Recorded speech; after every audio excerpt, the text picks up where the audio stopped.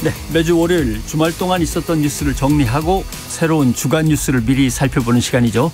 발빠른 뉴스와 깊이 있는 해석이 있습니다. 김준일의 1, 박원석의 석, 일석이조 시간입니다. 두 분 어서 오십시오. 네, 안녕하십니까. 한일 정상회담부터 얘기를 해봐야겠습니다. 한입 뉴스에서 대략적인 것들은 얘기가 됐고 좀 축조심의 내지는 분석을 해봐야 될 것 같습니다. 아무튼 중요한 것은 12년 만에 한일 정상 간 외교는 복원이 되고 있습니다.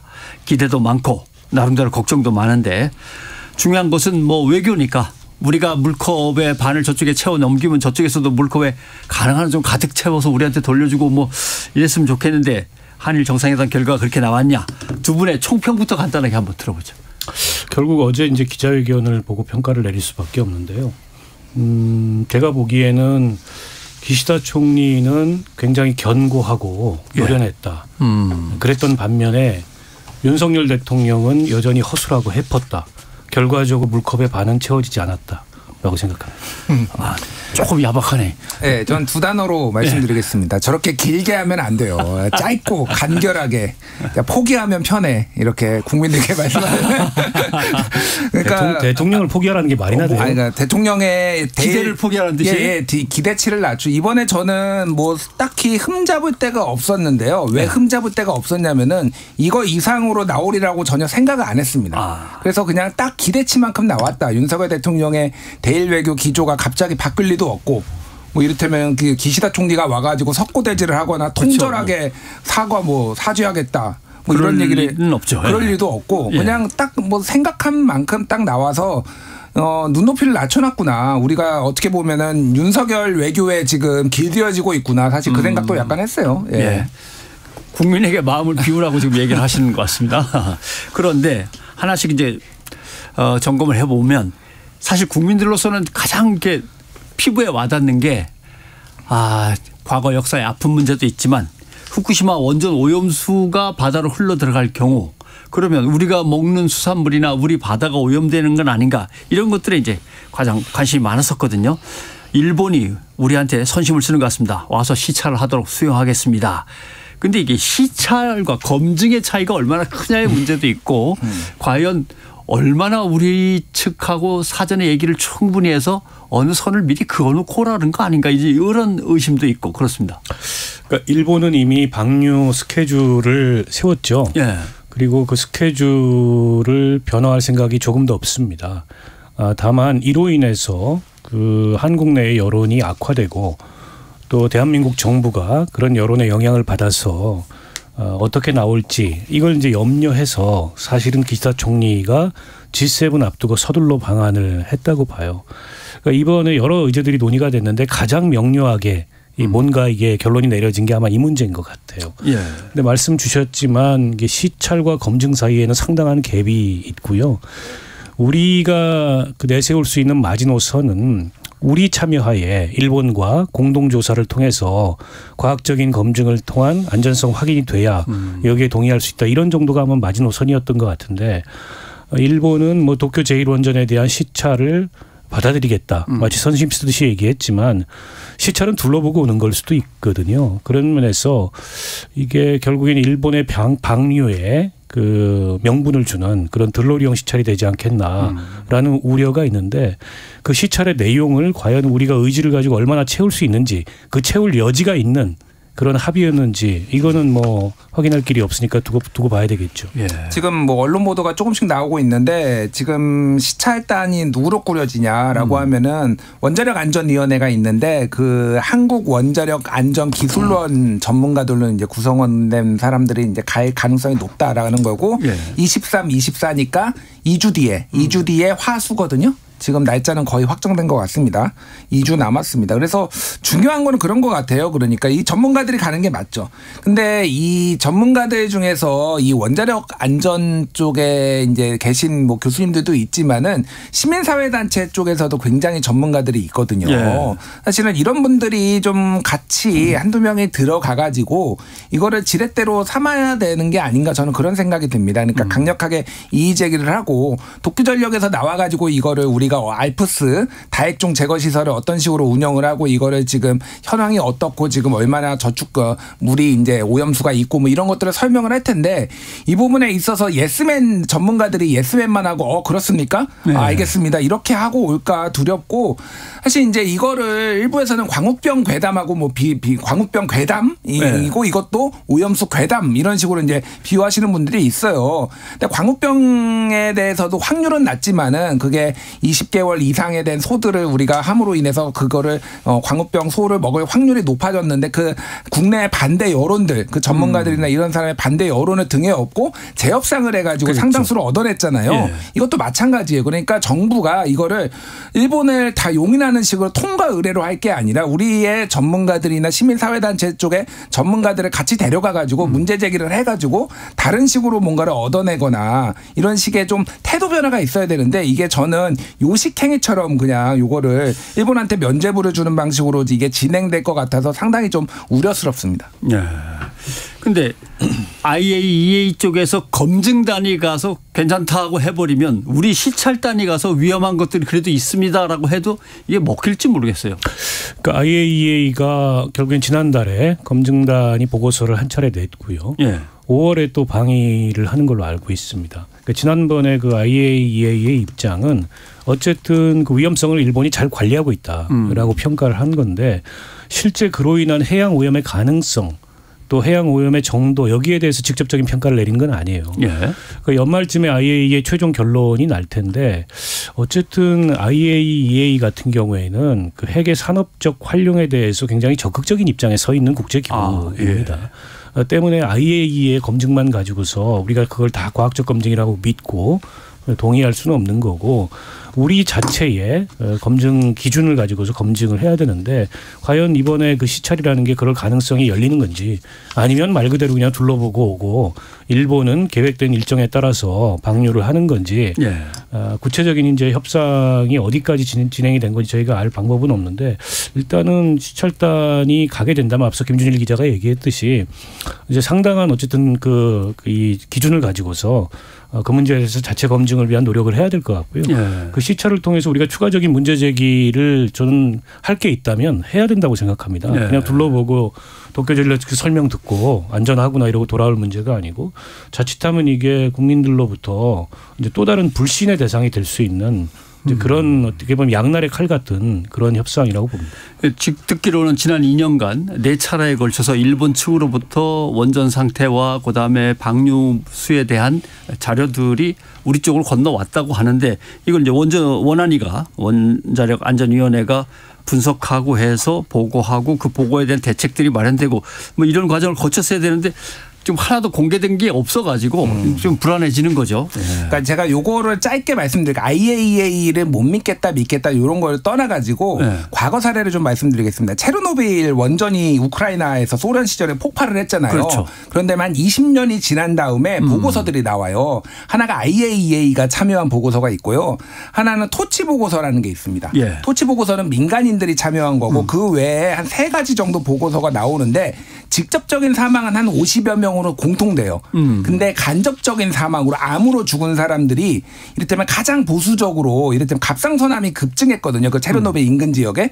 그런데 이거를 지금 IAEA가 내놓은 거는 한 4천 명 정도고요. 그리고 그 체르노빌 포럼에서 내놓은 거는 9천 명. 네. 그리고 토치 보고서 같은 경우는 10만 명 얘기가 나와요. 그러니까 이거를 간접적으로 이 방사능으로 인해서 노출됐을 때의 그 피해를 산정하는 방식이 수치는 같더라도 이걸 해석하는 거는 굉장히 다른 방식이거든요. 그래서 사실은 한국 IAEA가 가장 핵을 운영하는 원자력을 운영하는 나라들 입장에서 쓰니까 가장 보수적으로 이런 걸 본다란 말이에요. 네. 그럼 민간인 과학자들도 이거를 참여해서 토치 보고서 같이 체르노빌 원전의 위험성을 폭로한 토치 보고서 같이 사실은 할 필요가 있다라는 거고 그래서 한일 공동조사단이 필요했다라는 건데 이 부분이 시찰단으로 바뀌었던 게 참 개인적으로 굉장히 아쉽다 이렇게 말씀드리겠습니다. 그래도 아무튼 뭐 국민의힘 성일정 의원 같으면 우리나라의 전문가가 이미 IAEA에도 참여하는 사람도 있다.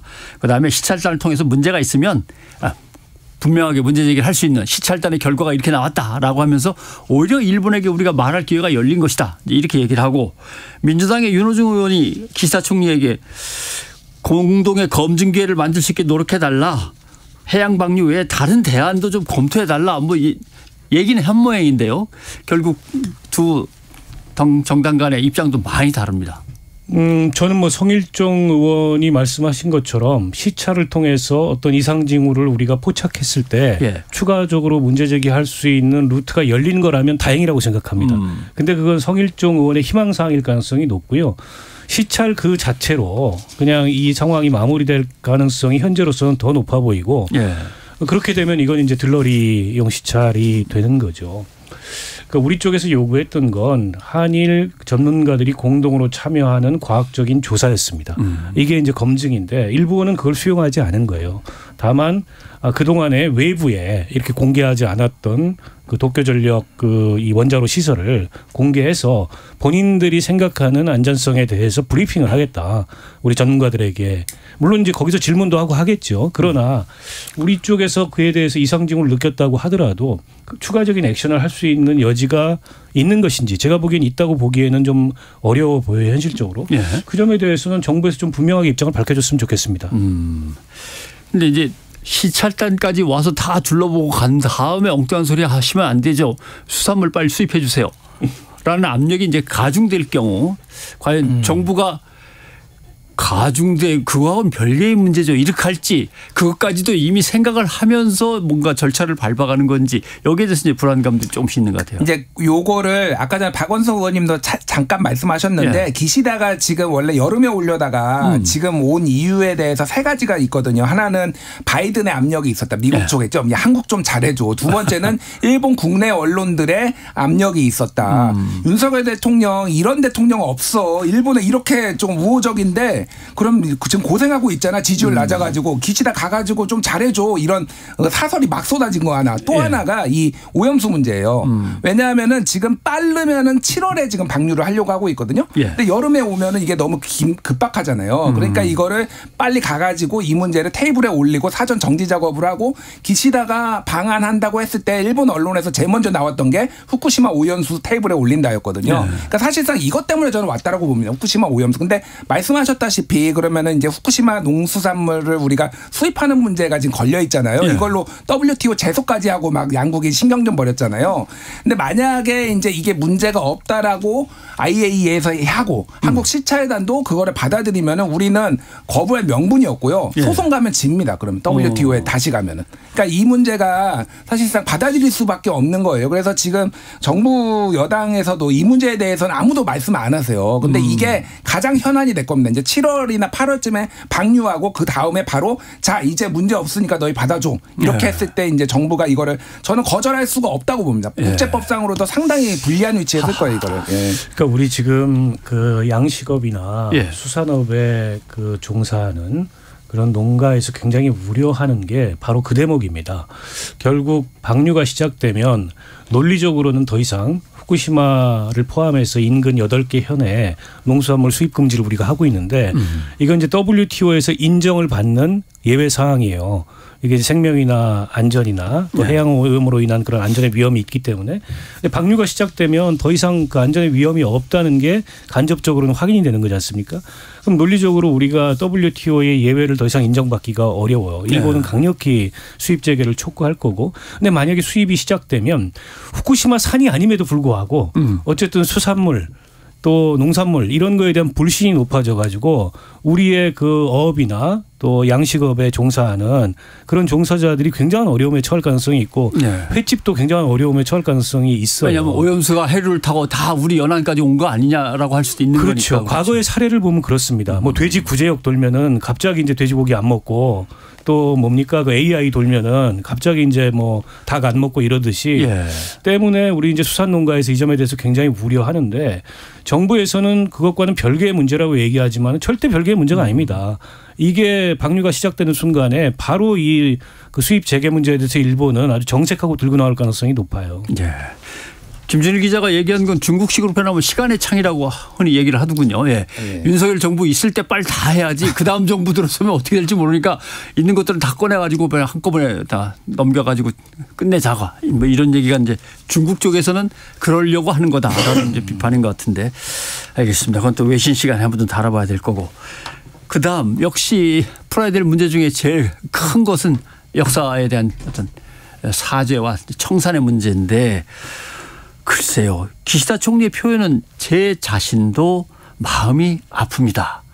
이건 일본도 아파하고 있습니다. 일본도 사죄할 뜻이 있습니다. 이거는 좀 다른 문제인 것 같습니다. 제 자신도. 왜 이렇게 얘기를 했을까에 대해서 한번 얘기를 해봐야겠죠. 일단 일본 언론들 반응을 보면 돼요. 오늘 이제 뭐 정부 여당 쪽에서 말씀하신 게 저라는 표현을 썼지만은 총리가 개인이 어딨냐. 이거는 정부의 입장이지. 이렇게 말씀하시는 분들이 꽤 있더라고요. 네. 아니, 그러니까 우리 쪽에서 그렇게 얘기한다는 뜻이죠. 그러니까 한국의 이제 국민의힘 쪽에서 이거는 정부가 사과한 거다. 기시다 내각이 사과한 거지. 기시다 개인이 사과한 게 아니다라고 하는데 일본 언론들을 제가 좀 이렇게 보니까 이거는 총리 개인이다라고 다 해석을 해놨어요. 아무도 기시다 내각이 사과한 거다. 사과한 거다. 유감 표명한 거다라고 아무도 쓰지 않았습니다. 그러니까 그러면 그게 맞는 거예요. 그러니까 우리나라 언론도 대체적으로 보면은 내각이 한 게 아니라 개인이 이 유감 표명, 그러니까 정확하게는 가슴 아프게 생각한다. 그것도 유감 표명인지는 잘 모르겠습니다만 어쨌든 가슴 아프게 개인의 감정을 드러낸 거기 때문에 이거는 다음 정권의 역대 정권의 사과에 포함되지도 않을 것 같아요. 제가 보기엔. 기시다 정권 다음 정권에 들어서면 역대 다마도 있잖아요. 무라야마다 다마 오노다마 이거 쫙 있는데 여기에 기시다 다마라고 들어가지도 않을 것 같고 그냥 이게 빠지지 않을까? 그렇게 저는 개인적으로 보고 있습니다. 네. 저는 이런 대목이 기시다 총리의 노련함이 발휘된 대목이라고 봅니다. 그러니까 마음이 아프다는 정서적인 표현을 사용하면서 일종의 이제 진정성을 우리 대한민국을 향해서 내비쳤지만 이 강제동원의 강제성이나 이런 거에 대해서는 조금도 인정하지 않은 거예요. 그러니까 일본 가기의 입장은 강제동원은 없었답니다. 그분들은 그 전쟁 시기에 돈을 벌기 위해서 그 일본에 왔던 노동자들이고 거기에 어떤 강제성이 없었다. 이게 일본 가기의 공식 입장이에요. 그 가기의 공식 입장에서 조금도 이탈하지 않으면서 이런 정서적인 표현을 써서 이 진정성을 내비추고 기자가 질문이 들어왔을 때도 이건 개인의 입장이라고 딱 선을 그렇습니다. 당연히 일본 언론에서는 그렇게 반응하는데 그럼에도 불구하고 일본 보수파, 일본의 극우파들 같은 경우에는 그런 얘기도 못하러 했냐라고 지금 일부에서는 문제 제기를 하는 상황이에요. 어떻게 보면은 그 기시다 총리도 운신의 폭이 굉장히 없는 거죠. 근데 이 운신의 폭이 없는 가운데 이런 정도 표현을 써서 이걸 이렇게 넘어가는 것 자체가 외무대신을 오래 했던 그 사람의 노련미가 발휘된 건데 그에 반해서 이제 윤 대통령은 어제 기자들 앞에서 그 과거에 대한 인식에 대해서 일방에게 강요할 수 없다. 일본한테 사과를 요구할 수 없다는 얘기를 또다시 전 국민이 지켜보는 생중계 석상을 통해서 함으로써 국민들한테 다시 한번 상처를 준 거죠. 저는 이 차이가 굉장히 크다고 생각합니다. 윤 대통령은 아무튼 우리가 먼저 하라고 얘기를 안 했는데도 이렇게 먼저 꺼내 주시니 참 그것도 긍정적이라고 받아들이는 이런 태도를 보였는데 역사 인식에서는 대통령은 나름대로 확고한 신념을 가지고 외교 정책을 밀고 나가는 것 같습니다.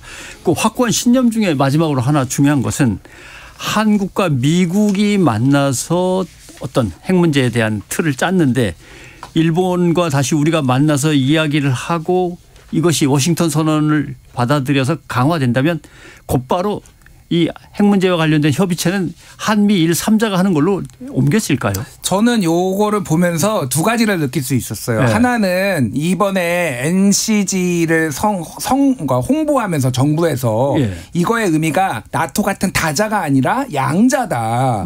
이게 의미가 있다라고 얘기를 했거든요. 근데 일본이 들어오면 다자가 되는 거거든요. 그러면은 양자였던 거에 의미가 지금 격화되는 건데 그럼에도 불구하고 일본 참여를 배제하지 않는다. 정말로 일본을 좋아하고 우호적이구나. 이 감정 좀 이런 거를 느낄 수가 있었는데 대통령은 배제하지 않는다라고 했으니까 그렇죠. 분명히. 네, 배제하지 않는다라고 했으니까 그게 이제 19일에서 20일에 G7에서 논의가 될 거라고 봅니다. 사실은 일본은 이러면 밥숟가락 얻는 거예요. 한국하고 미국이 다 해놓은 거에 일본이 들어오는 건데 그러면 뭔가 또 얻어내는 게 있어야죠. 저는 그러니까 일본에 대해서 한미일 안보 동맹 좋은데 그러면 이 정도 일본이 밥숟가락 얹게 좀 도와주면은 일본도 좀 더 내놓는 게 있어야 되는데 모든 거 다 얻어가려고 하니까 좀 짜증이 납니다 개인적으로. 예. 오늘 대통령실에서 좀 주워 담았어요.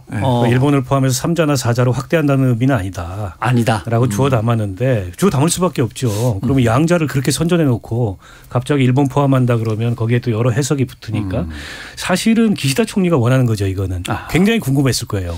저 핵 협의체가 앞으로 뭘 논의하게 될지 그것도 탐색하러 오고 가급적이면 우리도 참여하겠다 이런 의중을 비쳤을 텐데 기자회견에서 그 얘기를 할 사람은 기시다 총리죠.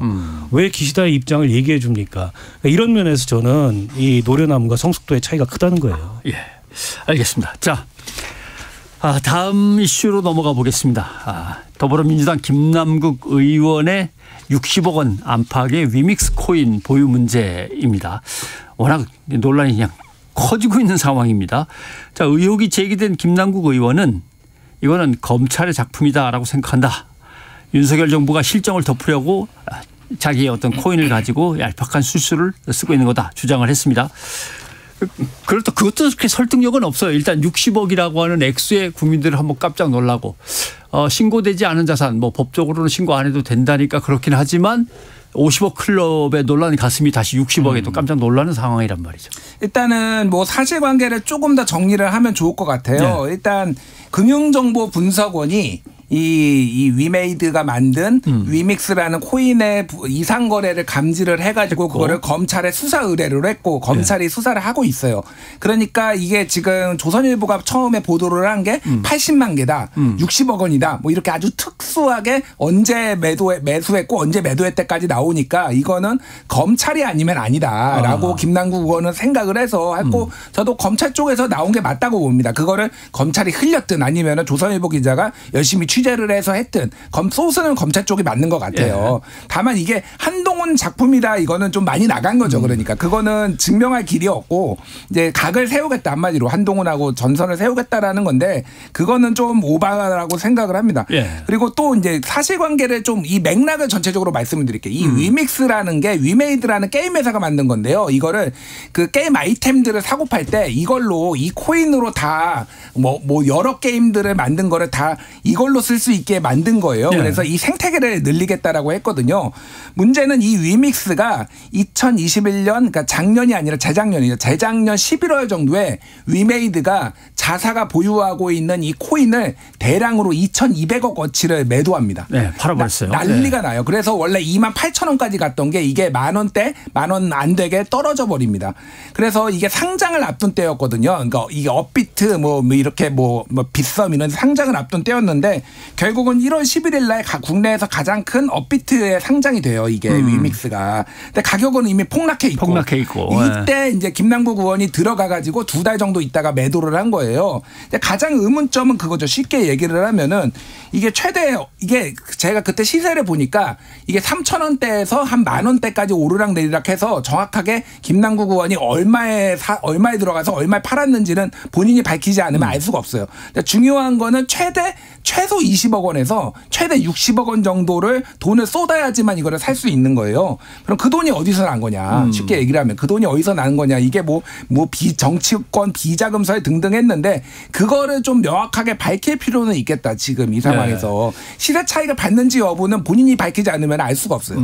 그래서 그 부분은 조금 설명이 필요할 것 같습니다. 예, 지금 김남국 의원은 뭐 검찰 탓, 한동훈 탓하면서 프레임 전환을 시도할 때가 아니고 본인이 공개시장에서 투명한 거래를 통해서 실명 거래를 통해서 거래를 했다라고 얘기한다면 그걸 증명하면 됩니다. 물론 이제 정서적인 부분이 있어요. 이렇게 젊은 의원이 60억씩이나 게다가 코인 투자를 통해서 게다가 재산 공개에 신고도 안 했어. 근데 이게 이제 법적인 하자는 아니거든요. 때문에 뭐 그거 가지고 정치 못한다 이 사람 더 이상 이럴 문제는 아니에요. 근데 이제 본인이 설명한 대로 정말 법적인 문제 없이 공개 시장에서 실명 거래를 해서 투명하게 했다면 뭐 그거 한동안 구설은 있겠지만 문제는 없이 클리어 될 겁니다. 근데 그걸 가지고 자꾸 무슨 한동훈 검찰 이런 얘기하는 거는 제가 보기 설득력도 없고 적절치 않을 것 같고요. 앞서 이제 설명을 해 주셨지만 코인 거래를 해본 사람들 얘기를 들어보면 그런 위믹스 같은 이른바 잡코인 내지는 김치코인이라 그러죠. 국내에서 발행한 가치가 특별히 높지 않은 이게 굉장히 위험 자산이기 때문에 여기에 그렇게 올인하는 경우는 드물다는 거예요.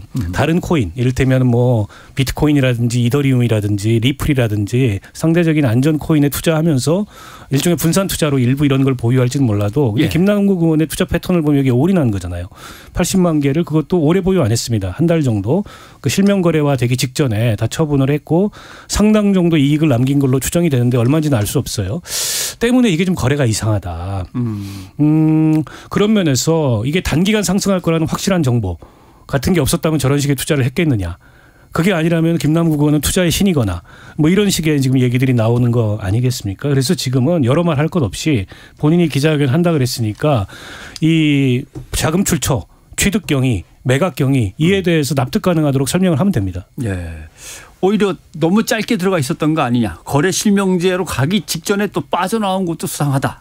그다음에 근데 또 하나 중요한 건 정말 현금화해서 정치자금으로 썼을 가능성이 있는 거냐. 그런 것들은 금방 나오지 않아요? 예, 일단 요거를 좀만 더 설명을 드리면은 업비트가 제일 큰 회사인데 1월 11일에 지금 이게 상장이 됐어요. 그래서 4대 시장에 다 상장이 됐어요.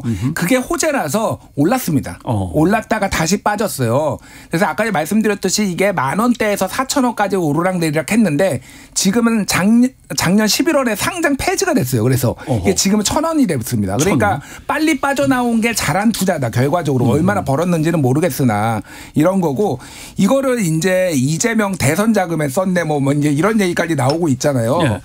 김남국은 돈에 진심인 사람입니다. 이재명 같이 불확실한데 돈을 태웠을 리가 없어요. 이거는 잘못된 모르겠습니다. 진짜로 뭐 가능성은 배제할 수 없지만은 예. 저는 그건 아니라고 봐요. 예. 현금 인출입니까? 다른 데 투자했다가 근데 다른 데 또 묶여 있는 겁니까? 다른 코인을 보유하고 있다고 얘기합니다. 다른 코인을 현금으로 인출했으면은 그거 이제 계좌 흔적이 남고 재산 공개했어야 되는데 재산 변동이 이렇게 크지 않은 걸로 봐서 그건 아닌 것 같고요. 네. 다만 이제 이 위믹스라는 회사가 상장 폐지된 이유가 뭐냐면 본인들이 ICO, 그러니까 이 코인 공개 앞두고서 백서를 발간하는데 1,000만 개 발행하겠다 그랬는데 실제로 2,000만 개 발행했어요. 그 때문에 이거 이제 사기 코인이다. 이래가지고 상장 폐지가 됐는데 과거에 이제 벤처 기업들이 IPO 주식 공개 앞두고서 로비용으로 주식을 뿌립니다. 이번에도 그 위믹스라는 회사가 로비용으로 코인을 뿌린 거 아니냐. 이제 이런 혐의까지 받고 있어요. 그러면 김남국 의원이 제대로 소명을 못하면은 그런 의심까지 일각에서는 하는 거예요. 네. 저 로비용으로 코인 뿌린 거 받은 거 아니야? 때문에 지금 검찰 의도 한동훈 배우 이런 얘기 하지 말고 본인의 자금 출처 취득 경위, 매각 경위 그리고 지금의 자산 상태 설명하면 됩니다. 김남국 의원은 개인의 어쨌든 이 자산 관련된 내용은 이거는 뭐 그 개인의 개인정보에 해당하고 비밀인데 그걸 공개하라는 게 말이 되냐. 그렇게 얘기하실 거면은요. 예. 그거 지키고 국회의원 안 하면 돼요. 이재경에도 그렇게 얘기할 거면. 알겠습니다. 그리고 사실 지금 당과 관련돼서 하나가 더 문제가 생긴 것은 요때 또 마침 가상자산에 대한 과세에서 이 과세를 1년 정도 좀 밀어줍시다라는 유예 법안이 나왔을 때 물론 노웅래 의원이 대표 발의자라고 돼 있지만 김남국 의원도 발의에는 참가를 공동 발의자로 참가를 했다. 여기 뭔가 관련이 있는 거 아니냐. 근데 나는 표결에 참여 안 했다. 그런데 나와버렸는데 네. 그 법 되지도 않았다. 근데 요거는 제가 말씀드릴게요. 뉴델리에서 한 1시간 전에 지금 단독 보도가 나왔거든요. 단독 보도. 그러니까 김남국 의원이 공동 발의는 했으나 2020년 12월에 법안이 발의가 됐거든요. 네. 근데 2021년 본회의 때는 본인은 투표 안 했다라고 하는 거잖아요. 네. 그런데 1년 뒤인 2022년 12월에 소득세법 개정안 이게 같은 내용이 담겨 있는데 이때는 또 찬성했답니다. 김남국이 찬성한 게 이미 이제 확인이 됐어요. 네. 그러니까 이거는 발의를 해놓고 본회의에서 찬성 안 하는 것도 이상합니다. 본인이 그럼 이상한 법을 발의한 거 아니야 그러면 이것도 이상한 거고 1년 뒤에 또 했잖아요. 그러니까 네. 매우 궁색하다라고 하고 그러니까 이거에 대해서는 이해 충돌이 아니다라고 얘기를 하는데 그러니까 왜냐하면은 단독으로 내가 이득을 버는 게 아니라 예전에 박덕흠 의원처럼 본인이 가족이 건설회사를 가지고 그렇죠. 있고 수주를 직접적으로 한다든지 뭐 이런 유의 비슷한 이런 거는 아니라고 하지만은 그래도 이거는 국민 상식에 맞지 않죠. 네. 그리고 이 법을 발의했을 때는 위메이드 위믹스 코인을 가지고 있을 때는 당연히 아니에요. 네. 사실은 이때부터도 코인을 거래를 했을 가능성이 높습니다. 예전부터 코인을 거래한다라고 본인이 얘기를 했거든요. 그러니까 이게 이해관계 충돌이 아니다라고 얘기하는 것도 저는 좀 사리에 맞지 않다라고 봅니다. 네. 이게 뭐 법적으로 처벌 가능성이 있는 이해 충돌이냐 그건 아니죠. 네. 그러나 이제 정치인한테 처벌이 돼야만 이해충돌이냐 그렇지 않습니다. 그리고 입법 행위가 어떻게 이해충돌일 수 있냐 이렇게 김남국 의원이 항변을 하던데 국회의원이 하던 거의 대부분의 행위는 입법이거나 예산이거나 정부에 대한 감시입니다. 네. 당연히 그 영역에서 이해충돌이 발생하지 뭐 그 밖의 영역에서 이해충돌이 발생합니까? 그러니까 이런 변명을 구구절절히 할 때가 아니고 지금 어쨌든 본인에게 제기되어 있는 의혹을 소명하면 됩니다. 예. 그래서 일부의 얘기들이 다 억측이었다. 이렇게 클리어되면 끝나는 거예요. 예. 아무튼 뭐 제출할 수 있는 자료들은 뭐 그렇게 어렵지는 않은 것 같은데 자기가 내 사적인 거다라고 하는 생각만 접어두면 다 공개할 수 있는 거여서 한번 기다려 보겠습니다. 자, 박원석 전 의원, 김준일 뉴스톱의 수석 에디터, 오늘 일석이조 고맙습니다. 고맙습니다. 감사합니다.